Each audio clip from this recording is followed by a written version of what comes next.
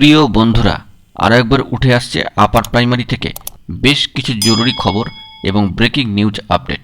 অত্যন্ত গুরুত্বপূর্ণ খবর থাকছে। শূন্যপদ এবং প্রার্থীর একটি পরিসংখ্যান নিয়ে অত্যন্ত তাৎপর্যপূর্ণ খবর এই ভিডিওতে থাকছে।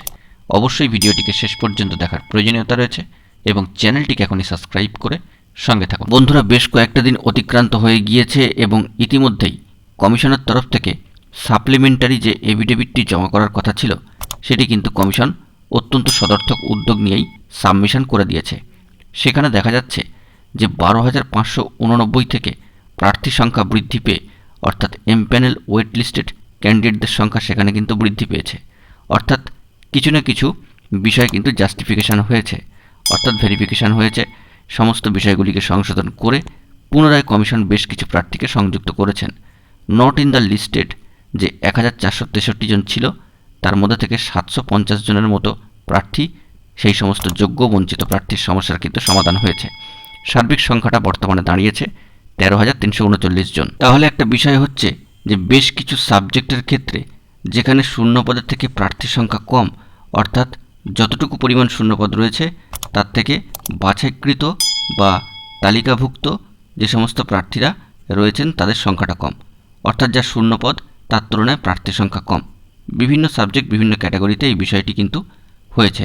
সেক্ষেত্রে ওই সমস্ত প্রার্থীদের চাকরি পাওয়ার অর্থাৎ চাকরিটি পেয়ে যাওয়ার একটা সুযোগ কিন্তু থাকছেই। এটা সবথেকে বড় একটি বিষয়। বন্ধুরা, এই বিষয়টিকে যদি সাবজেক্ট এবং ক্যাটাগরি ধরে আরও একটু স্পষ্ট করা যায় তবে বিষয়টা হলো এরকম। যদি আমরা বাংলা বিষয়ের ক্ষেত্রে ধরি তাহলে বাংলা বিষয়ের ক্ষেত্রে এসটি ক্যাটাগরি অর্থাৎ তপশিলি উপজাতিদের ক্ষেত্রে মোট শূন্যপদ হচ্ছে 1,101টি, অর্থাৎ 1101।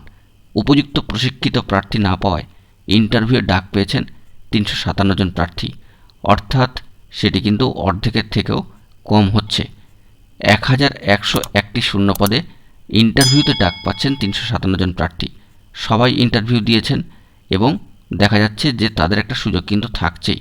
যদিও আমরা এখনই নিশ্চিত করে কিছুই বলতে পারছি না যতক্ষণ পর্যন্ত এই মেধা তালিকা প্রকাশিত হচ্ছে মহামান্য কোর্টের নির্দেশ অনুযায়ী। তবে যেহেতু শূন্যপদের সংখ্যাটা বেশি, প্রার্থীর সংখ্যা কম, সেহেতু সবারই একটা সুযোগের সম্ভাবনা থেকেই যায়। আমরা এটা আশা রাখতেই পারি। এরা সকলে ইন্টারভিউ দিয়ে বসে রয়েছেন।